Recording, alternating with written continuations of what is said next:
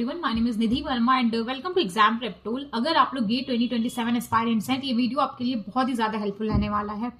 अगर आपको नहीं समझ में आ रहा है कि कब से आपकी गेट की जर्नी आपको स्टार्ट करना चाहिए, किस तरीके से करना चाहिए, क्या अप्रोच होना चाहिए, पूरे साल का एक्चुअल में रोड मैप क्या होना चाहिए, हर एक चीज हम लोग इस वीडियो के अंदर कवर करेंगे। तो एंड तक बने रहिएगा, कोई भी पॉइंट मिस मत कीजिएगा। अगर फिर भी आपको कोई भी डाउट रह जाता है तो कमेंट सेक्शन में जाकर के कमेंट कर सकते हैं बिना किसी हेजिटेशन के। ठीक है, यहाँ पे हम बैठे हुए हैं, हमारा पूरा टीम बैठा हुआ है सिर्फ और सिर्फ आपके डाउट्स क्लियर करने के लिए कि आपके मन में एंड ऑफ द डे कोई डाउट नहीं रहना चाहिए।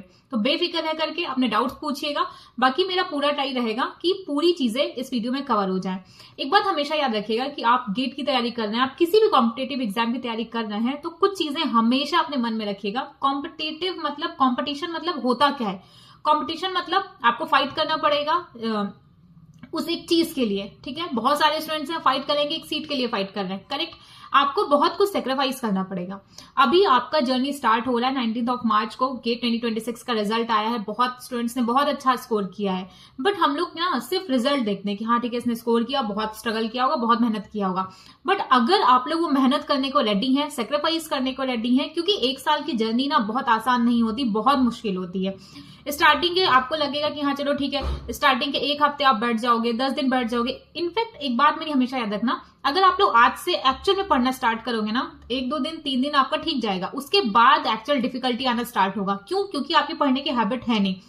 तो सबसे पहले आप कंसिस्टेंट रहने की आदत डालिए, स्टेप बाय स्टेप चीजों को इंप्रूव करते रहिए। डेली ट्राई करिए कि आज आपने जितना पढ़ा है उससे कल थोड़ा सा एक्स्ट्रा करना है। हमेशा एक बात अपने मन में रखिएगा, सडन कोई बहुत बेटर नहीं हो जाता। ठीक है, सडन कोई सेलेक्ट नहीं हो जाता। जैसे गेट का एग्जाम है, आपको प्रॉपर 1 साल का टाइम देना पड़ेगा, 2 साल का टाइम देना पड़ेगा। जो भी बच्चे आपका बीटेक में रह करके तैयारी करना है, ऑब्वियसली 2-3 साल प्रिपेयर करते हैं, जो ड्रॉपर है वो 1 साल प्रिपेयर करते हैं, तो एक टाइम देना पड़ेगा। हर एक चीज में वक्त लगता है, हर एक चीज में वक्त लगता है। कोई भी चीज ऐसे झटके में नहीं बन के तैयार हो जाती। घर बनता है, घर बनने में वक्त लगता है। जितना बेहतरीन घर बनेगा ना, जितना बेहतरीन घर बनेगा उतना ज्यादा आपको उसमें टाइम देना पड़ेगा। ठीक है, और अगर आपने टाइम सही जगह पे इन्वेस्ट कर दिया, तो फिर जो रिजल्ट होगा वो बहुत ही ज्यादा बेहतरीन होगा। और आप लोग देख रहे हैं 2026 में ऑलरेडी स्टूडेंट्स बहुत अच्छा स्कोर किए हैं। तो ये बात ध्यान रखिएगा कि इस जर्नी में आपको बहुत कुछ सेक्रीफाइस करना पड़ेगा। बट ऐसा नहीं है कि मतलब घर परिवार छोड़ना पड़ेगा। सबसे बड़ा सेक्रीफाइस क्या होता है? घर परिवार छोड़ देना। ये सेक्रीफाइस नहीं करना पड़ेगा। सेक्रीफाइस क्या करना है? बुरी आदतों को आपको छोड़ना पड़ेगा। ठीक है, बुरी आदतों को आपको छोड़ना पड़ेगा। अब हम लोग वीडियो स्टार्ट करते हैं। जो सबसे पहला क्वेश्चन आता है कि करेक्ट टाइम क्या है गेट की प्रिपरेशन स्टार्ट करने का।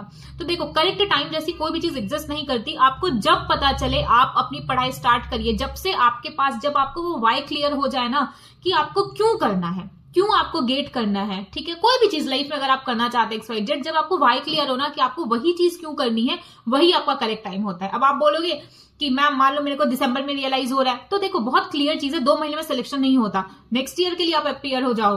बट सिंपल सी चीज है, आपके अंदर वो वाई क्लियर होना चाहिए कि आपको वही एग्जाम क्यों क्रैक करना है। और जिस दिन आपको वाई क्लियर होगा आप प्रिपेयर होंगे। ठीक है, आपको बहुत ज्यादा खुद को फोर्स नहीं करना पड़ेगा। ठीक है, कि नहीं चलो बैठो, ये सारी चीजें आपको करनी पड़ेंगी। एक दिन में हैबिट नहीं बनती, बट एक दिन जरूर बन जाएगी अगर डेली आप प्रैक्टिस करोगे तो बात रही करेक्ट टाइम की, तो मैंने क्लियर कर दिया है। बट अभी जो टाइम चल रहा है ना, अभी आपका मार्च स्टार्ट हो चुका है। ठीक है, मार्च आपका एंड की तरफ है, आपका अप्रैल आने वाला है। तो अभी जो टाइम चल रहा है इससे बेहतर टाइम नहीं होने वाला है। प्रॉपर आपके पास टाइम है अभी, आप अपना सिलेबस कंप्लीट कर सकते हैं, अपना क्वेश्चन प्रैक्टिस कर सकते हैं, हर एक चीज आप अपना अभी कर सकते हैं। लेट मत कीजिए, आप स्टार्ट कर दीजिए। बिकॉज आप फिर अप्रैल में पूछोगे कि करेक्ट टाइम क्या है, स्टार्ट कर देना चाहिए, सिलेक्शन होगा या नहीं होगा, फिर मई में टाइम वेस्ट मत कीजिए। ठीक है, अगर आप एक्चुअल में सीरियस हो, 2027 में अपनी जगह बनाना चाहते हो, तो अपनी प्रिपरेशन स्टार्ट कर दीजिए। ठीक है, थ्रू आउट ईयर आपको यही इतनी चीजें करनी है। लूप में चलता रहेगा। पहले सिलेबस कंप्लीट करोगे, क्वेश्चन प्रैक्टिस करना है, PYQ करना है, मॉक देना है, एनालिसिस करना है। ठीक है, सिलेबस कंप्लीशन पे हमेशा ध्यान दीजिएगा। अगर आप चाहते हैं ना कि आप टॉप IITs में जाएं, ठीक है, अगर आप चाहते हैं कि टॉप रैंक में आपका नाम रहे, तो सबसे ज्यादा इंपॉर्टेंट क्या है कि आपका सिलेबस कंप्लीट होना चाहिए। सबसे ज्यादा इंपॉर्टेंट यही चीज है कि आपका सिलेबस कंप्लीट होना चाहिए। ठीक है, सिलेबस कंप्लीट हो गया। अब जैसे आपको कोई भी एक टॉपिक क्लियर होता है, सबसे पहले आपको उसके क्वेश्चन की प्रैक्टिस करना है, PYQs लगाना है। PYQs जब आप लगाओगे तो आपको पता चलेगा कि एग्जामिनर की अप्रोच क्या होती है, किस तरीके से क्वेश्चंस पूछे जाते हैं। तो ये सारी चीजें, बेसिक चीजें आपको पता होनी चाहिए।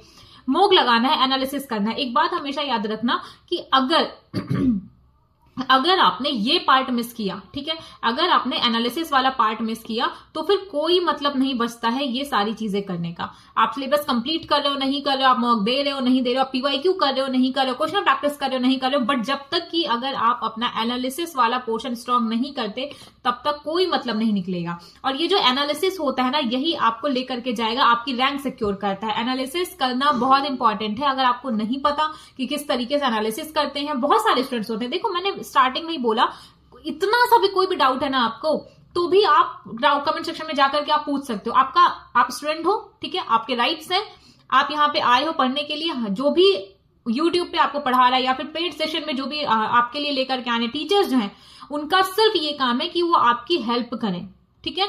यहाँ पे हमारा सिर्फ काम है कि हम आपकी हेल्प करें। आपका डाउट कितना भी छोटा क्यों ना हो, आपका डाउट कितना भी बड़ा क्यों ना हो, हमारे एंड से हमेशा आपकी हेल्प करने के लिए हम लोग हैं, करेक्ट। तो सिलेबस कंप्लीट करना है, क्वेश्चन प्रैक्टिस करना है, पीवाईक्यू, मॉक और एनालिसिस, यही सारी चीजें आपकी थ्रू आउट ईयर चलती रहेंगी, ठीक है। यही सारी चीजें आपको पूरे साल करनी है, कुछ नया नहीं करना, कुछ जो हमेशा सब करते चले आए हैं वही आपको भी करना है, करेक्ट। इसके बाद देखो कौन कौन सी चीजें आपको करनी है। सिलेबस आपको दिसंबर तक कंप्लीट कर लेना है। एक बात मेरी याद रखना कि दिसंबर से पहले अगर आपका नवंबर में हो जाता है ना, इससे ज्यादा बेस्ट कुछ होगा ही नहीं।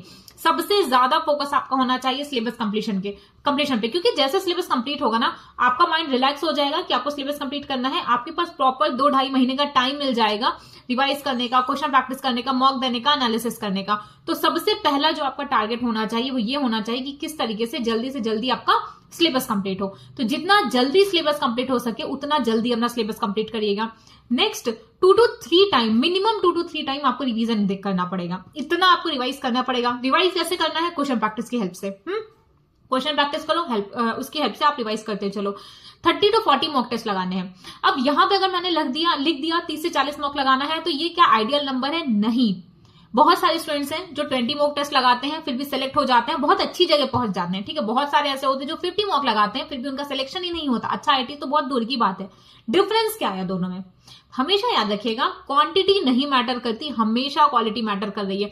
क्या फायदा आपके 1000 मॉक लगा लेने का, ठीक है, अगर आप उसकी एनालिसिस ही नहीं कर रहे, अगर आप ये देख ही नहीं रहे हो कि आपकी गलतियां कहां पे हो रही हैं, सिली मिस्टेक्स कैसे हो रहे हैं, नेगेटिव मार्किंग कहां पे हो रही है, कौन सी ऐसी चीजें थी जो आपने पढ़ा फिर भी आपका गलत हो गया, कहां पे आपके डाउट आए, ये सारी चीजें आपको पता होनी चाहिए। यही रीजन होता है कि एनालिसिस करना सबसे ज्यादा इंपॉर्टेंट होता है आपके थ्रू आउट ईयर। तो एनालिसिस करना बहुत ज्यादा इंपॉर्टेंट है। याद रखिएगा, पढ़ना, मॉक देना, क्वेश्चन प्रैक्टिस करना, पीवाईक्यू करना, हर चीज आपका व्यर्थ हो जाएगा अगर आपने एनालिसिस नहीं की। अगर आपने एनालिसिस नहीं की तो आपका फोकस होना चाहिए एनालिसिस पे, ठीक है। इस बात को हमेशा अपने मन में बिठा करके रखिएगा कि अगर एनालिसिस नहीं करना है आपको, देखो कुछ चीजें ना बहुत बोर होती हैं, सिलेबस कंप्लीशन करने में सबसे ज्यादा मजा आता है। क्यों? क्योंकि हम लोग वीडियो देख रहे होते हैं, टीचर पढ़ा रहे होते हैं, हमें अच्छा लग रहा होता है, अच्छे से एंटरटेन हो रहा होता है, हमें मजा आ रहा होता है ओवरऑल। एक्चुअल में प्रॉब्लम कहां पे आती है?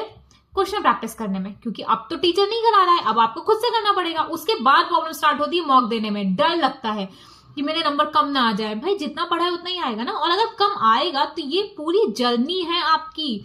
पहले मॉक में ये आपका गेट का एग्जाम नहीं हो रहा है, इस बात को समझो, ये आपका गेट का एग्जाम नहीं है। ये सारे जितने भी आप मॉक दोगे, जितने भी आप क्वेश्चन की प्रैक्टिस करोगे, ये सारी चीजें आपका तैयारी कर रहे हो उस बड़े एग्जाम के लिए, ठीक है, जो एक्चुअल में आपका ड्रीम है। तो मॉक देते रहिए, उससे हेजिटेट मत करिए, मत डरो, मॉक देते रहो, ठीक है। जितना ज्यादा से ज्यादा दे सकते हो उतना दो, बट याद रखिएगा जब तक एनालिसिस नहीं करोगे हर चीज वेस्ट है, ठीक है। कौन कौन सी चीजें नहीं करनी है? मल्टीपल रिसोर्सेज मत जाना। अगर आपको टाइम चाहिए तो प्रॉपर 2-3-4 दिन का टाइम लो, देखो कि कौन से टीचर से आपको समझ में आ रहा है, ठीक है, कौन से टीचर से आपको समझ में आ रहा है। तो मल्टीपल रिसोर्सेज पे मत जाइए। जितने लिमिटेड रख सकते हैं, जितने लिमिटेड टीचर सेलेक्ट कर सकते हैं, जितनी लिमिटेड बुक्स हैं आपके पास, देखो 1000 बुक पढ़ने से सिलेक्शन नहीं होता, एक बुक को 1000 बार पढ़ने से सिलेक्शन गारंटीड हो जाता है। ये बात हमेशा याद रखिएगा। तो मल्टीपल रिसोर्सेज मत करिए, जितना लिमिटेड कर सकते हैं उतना लिमिटेड रखिएगा अपने रिसोर्सेज को, चाहे वो आपके एजुकेटर के टर्म्स में हो, चाहे आपके बुक्स के टर्म्स में हो, तो लिमिटेड चीजें रखिएगा। आप क्वेश्चन कहां से प्रैक्टिस कर रहे हो वो हमेशा आपका लिमिटेड होना चाहिए। क्या होता है ना, मान लो आपने 100 क्वेश्चन सेलेक्ट किया, 100 क्वेश्चन आपको करना है। जब आप फर्स्ट टाइम करने जाओगे ना तो मे बी आपके 50 करेक्ट हो, ठीक है, 20 में मे बी आपका नेगेटिव मार्किंग करके आओ, उसके बाद 30 आप किए ही नहीं होती। यहीं से आपका क्लियर होना चाहिए कि पहले तो आपने 100 क्वेश्चन किए, उसके बाद आप वापस से 20, वापस से 50 करोगे, वापस से उसमें गलत करोगे। आपको समझना होगा कि आपका एक्चुअल में आपको क्वेश्चंस के लिए किस तरीके से अप्रोच करना है, करेक्ट। उसके बाद मॉक टेस्ट को बिल्कुल भी अंडरस्टैंड मत कीजिएगा, ठीक है, मॉक आपको देना पड़ेगा। क्वेश्चन प्रैक्टिस मैंने पहले ही कहा है, थोड़ा सा बोर लगता है बट क्वेश्चन प्रैक्टिस इंपॉर्टेंट है। बिना क्वेश्चन प्रैक्टिस के, बिना मॉक दिए नहीं होने वाला है कुछ, तो ये सारी चीजें आपको करनी पड़ेंगी। उसके बाद कुछ इंपॉर्टेंट पॉइंट्स हैं जो कि आपको पता होना चाहिए। अपने ऊपर फोकस करिए, ठीक है, अपने ऊपर फोकस करिए। ये मत सोचिए, देखो अगर आप गेट की तैयारी कर रहे हो ना तो ज्यादातर पॉसिबिलिटी ये है कि आप किसी आईआईटी से नहीं हो, ज्यादातर चांसेस ये हैं, हम ये नहीं कहेंगे कि सब ऐसे ही हैं, बट ज्यादातर चांसेस यही है कि आप लोग किसी आईआईटी से नहीं हो, आप लोग अपनी लाइफ इंप्रूव करना चाहते हो। तो जब आप अपने लिए कोई स्टेप ले रहे हो तो अपने ऊपर फोकस करो, सिर्फ अपने ऊपर फोकस करो। फैमिली ट्रस्ट कर रही है, नहीं कर रही है, दोस्त ट्रस्ट कर रहे हैं, नहीं कर रहे हैं, कोई कुछ बोल रहा है, एक बात हमेशा याद रखिएगा, मान लो ना अगर आपके घर वाले आपके ऊपर बहुत यकीन करते हैं बट अगर आपका खुद पे यकीन नहीं है तो घर वालों का यकीन किसी काम नहीं आने वाला है। तो सबसे ज्यादा इंपॉर्टेंट क्या है कि आपका खुद के ऊपर भरोसा होना चाहिए, आपका खुद के ऊपर फोकस होना चाहिए कि आप डेली क्या कर रहे हो।